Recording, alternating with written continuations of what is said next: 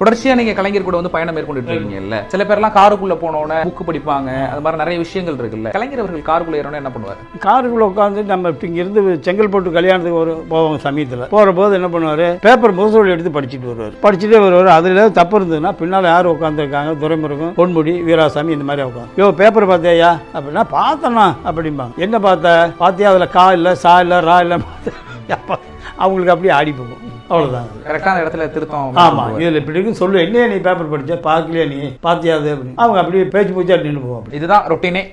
வேலை தான். காலையில் அங்கே போய் முடிச்சு இப்போ கதை எழுதி கொடுத்துட்டு 12:30 மணிக்கு அறிவாலயம் வந்துடுவார். அங்கேருந்து 1:30 மணிக்கு கிளம்பி வீட்டுக்கு போடுவார். இவ்வளோதான். அவங்க குடும்பத்தில் கனிமொழி மேடமோ அவர் ஸ்டாலின் சார் அவங்கெல்லாம் அவங்க காலையில் அவங்க கனிமொழி ஸ்கூலுக்கு போகணும்பாங்க. அவங்களை கொண்டு வந்து காலேஜில் கொண்டுட்டுருவாங்க. அப்புறம் இங்கே காலேஜுக்கு நீங்கள் தான் கொண்டு போடுவீங்க. ஆமாம், கோபாலபுரத்தில் உதயநிதி அவர்கள் வந்து அண்ணா என்னை ஐயா தாத்தா வந்து வரத்துக்குள்ளே நீ ஸ்கூல்ல விட்டுருங்க அப்படின்னா வாங்க போகலாம். அது தெரியாம போவீங்களா, தெரிஞ்சுதான் போவீங்களா, சொல்லிட்டு வந்துருவீங்களா? அது மாதிரி விட்டுட்டு வந்துடுறேன், அவர் இறங்குறதுக்கு முதல்ல கொண்டு விட்டுட்டு வந்துடும். அப்படி சப்போஸ் வந்துட்டாருன்னா எங்கேயா போனேன் அப்படிம்பாரு.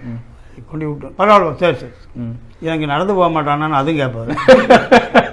ஆமாம், இங்கே இருக்கிற ஸ்கூல் நடக்க மாட்டானா அப்படின்னு நான் அதுக்கெல்லாம் ஒன்றும் பதிலே பேசுறது இல்லை. அப்படியே மரமாட்டு நின்றுக்கிறேன். சரி சரி வா வா. ஒரு டைம் அப்படி தாங்க சென்னையிலேருந்தோ செங்கல்பட்டு ஃபங்க்ஷனுக்கு போகிறோம். அப்போ என்ன ஆச்சுன்னா அன்றைக்கி ஞாயிற்றுக்கிழமை. அன்றைக்கி போயிட்டு இருக்கிற போது திடீர்னு என்ன பண்ணாரு, ஏர்போர்ட் தாண்டி வண்டி நிறுத்தியான்ட்டார். என்னங்க நிறுத்தியா வண்டி அப்படின்னு சரி நிறுத்திட்டேன். உடனே நிறுத்தின கலெக்டர், போலீஸ் ஆஃபீஸில் தப்பு தப்புன்னு ஓடியிருந்தாங்க.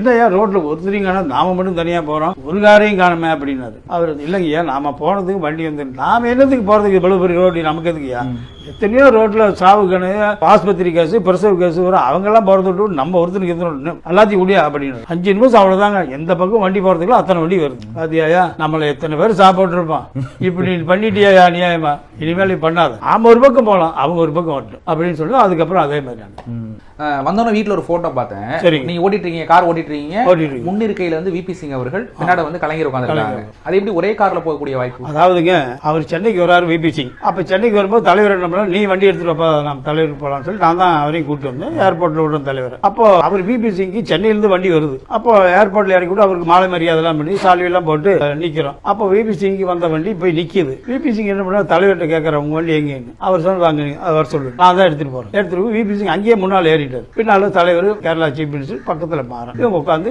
அறிவாலயம் போகணும். அறிவாலயம் போற போது அங்க ஒரு போர்ஷன் திறக்கிறாரு. அது இவர் விபி சிங் போய் திறந்தாரு. திறந்துட்டு அவரு கவர்னர் வாலிக்கு போயிட்டாரு. நாங்க இங்க வீட்டுக்கு வந்துட்டோம். எல்லாம் ரெடியாகி கிளம்பணும். குளிச்சுட்டு 2 நாள் டூருங்க, கண்டினியூ டூர். ஒரு மணி நேரம் ரெஸ்ட் கிடையாது அவருக்கு. இன்னைக்கு ஏற்றி மறுநாள் காலையில் கொண்டு போய் Kanyakumari guest house Nayanar join பண்ணி விட்டதோட சரி விட்டுட்டு நாங்கள் உடனே ஆலிவுட் கெஸ்ட் ஹவுஸுக்கு வந்துட்டோம். அங்கே தங்கிட்டு மறுநாள் காலையில் எழுந்திரிச்சு குளிச்சுட்டு அழகிரியின் வீட்டுக்கு வந்துட்டு அப்புறம் ட்ரெயினில் வந்துட்டோம்.